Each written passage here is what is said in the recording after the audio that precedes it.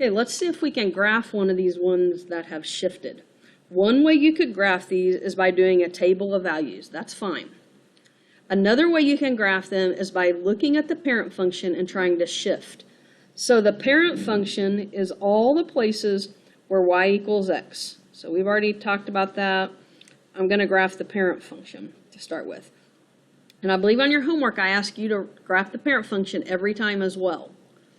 So this time what we're going to do is we're just going to shift our parent function. And my starting point, my vertex, is going to be found by looking at these two numbers. A +1 is going to shift my graph to the left, 1 unit. So I'm going to shift over 1 unit. This is going to shift my vertex down 2 units. So now I've started 1 unit to the left and 2 units down. This number is going to change the graph by making it wider. So on the parent function, I went over 1, up 1, over 1, up 1, over 1, up 1. This time I'm not going to do that.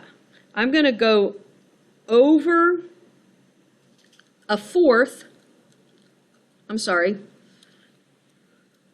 If it's a fourth, instead of over 1, up 1, I'm going to go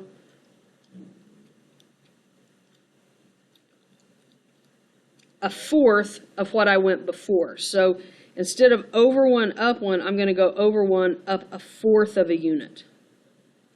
And then over another 1, up a fourth a unit. So this is going to make this thing super wide.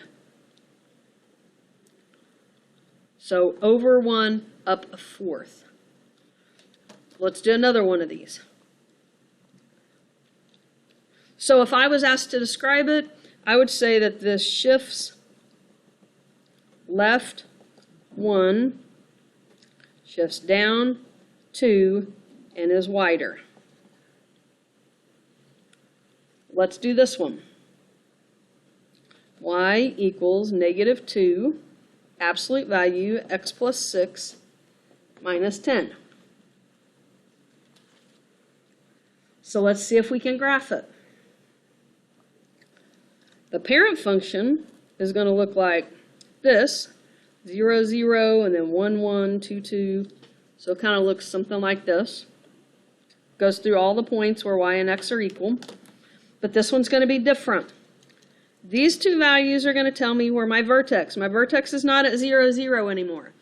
My vertex is 6 to the left and 10 up.